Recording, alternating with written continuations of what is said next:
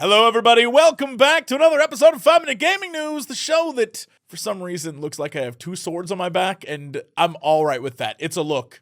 It's a look. Today in the news, the console war of the 2020s might be over soon, because it appears the UK's Competition and Markets Authority, aka the CMA, has sided with Microsoft over Sony's Call of Duty competitor concerns. Previously, the CMA had advocated for Activision and Blizzard to be split and sold separately if the acquisition were to go through, but now they've pulled an Xbox 180 and are now more on board with the deal. Having considered the additional evidence provided, we have now provisionally concluded that the merger will not result in a substantial lessening of competition in console gaming services, because the cost to Microsoft of withholding Call of Duty from PlayStation would outweigh any gains from taking such action, says Martin Coleman, chairman of the independent panel of experts conducting the CMA's investigation. And so now the CMA's biggest concern appears to be cloud gaming, which I have to ask, what is cloud gaming? What is cloud gaming? But we all know that Microsoft has been doing all it can to show Papa CMA that they can play nice with the other kids by signing several strategic contracts in the cloud gaming space with Boosteroid, Nvidia, etc. And so while the CMA is accepting part of this, they do have some concerns that linger, but truthfully, we'll see if that really matters in the end. I will say, I think I've said this a million times, that Game Pass is just the best deal you can get at the moment. It has day one releases, a huge catalog of games, so many indies. It's a good value. And if that's made better and say things like Call of Duty show up there, maybe that could lead to a problem?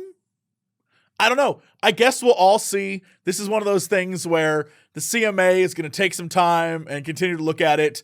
The real question is, what will the FTC do? Because they're pretty much in lockstep with the CMA, and also it's America, so we'll do anything for money.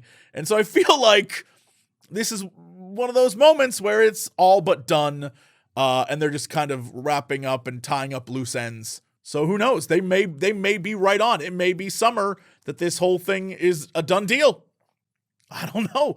We'll see what this means for the future of gaming. In other news, Nvidia, which we mentioned a little bit ago, has come out against crypto. Of course, such a strong and passionate take on the crypto world after years of gouging everyone with graphics card prices and selling off your graphics cards to crypto miners on their mining rigs and go off. Michael Kagan, Nvidia's chief technology officer, told The Guardian all this crypto stuff, it needed parallel processing, and Nvidia is the best. So people just programmed it to use for this purpose. They bought a lot of stuff, and then eventually it collapsed because it doesn't bring anything useful for society. AI does. And if you thought that's where that was going, you are better at this than me, because that was a twist that I did not see coming. Although I probably should have. Obviously, in my mind, between crypto and AI, I feel like AI is the lesser of the evils, but it's still pretty bad when a giant mega corporation's like, we are really excited for AI. That can't be good for customers, employees, for anyone really, and I'm sure it'll be just fine, right? I just thought we'd be slaves to something like Skynet, not ChatGPT. Speaking of subservience to a dark master, the Gollum game finally has a release date. You see what I did? I'm very proud of that. Daedalic Entertainment's The Lord of the Rings Gollum was originally set to release in 2021, but after several delays, the studio has finally landed on May 25th as a release date. And exactly what is the Gollum game about, you may ask? Embark on a perilous journey as Gollum, chasing the only thing that is precious to you. Climb, leap, and sneak your way past dangers or into advantageous spots. Gollum is skillful and sly and torn by a split personality. It is up to you to decide whether to yield to the darker side of Gollum or trust the kinder, gentler hint of Smeagol. Sadly, it's been confirmed, obviously, that Andy Serkis will not be voicing Gollum, but that means Jesse can for any playthroughs. Lost precious. That doesn't sound correctly.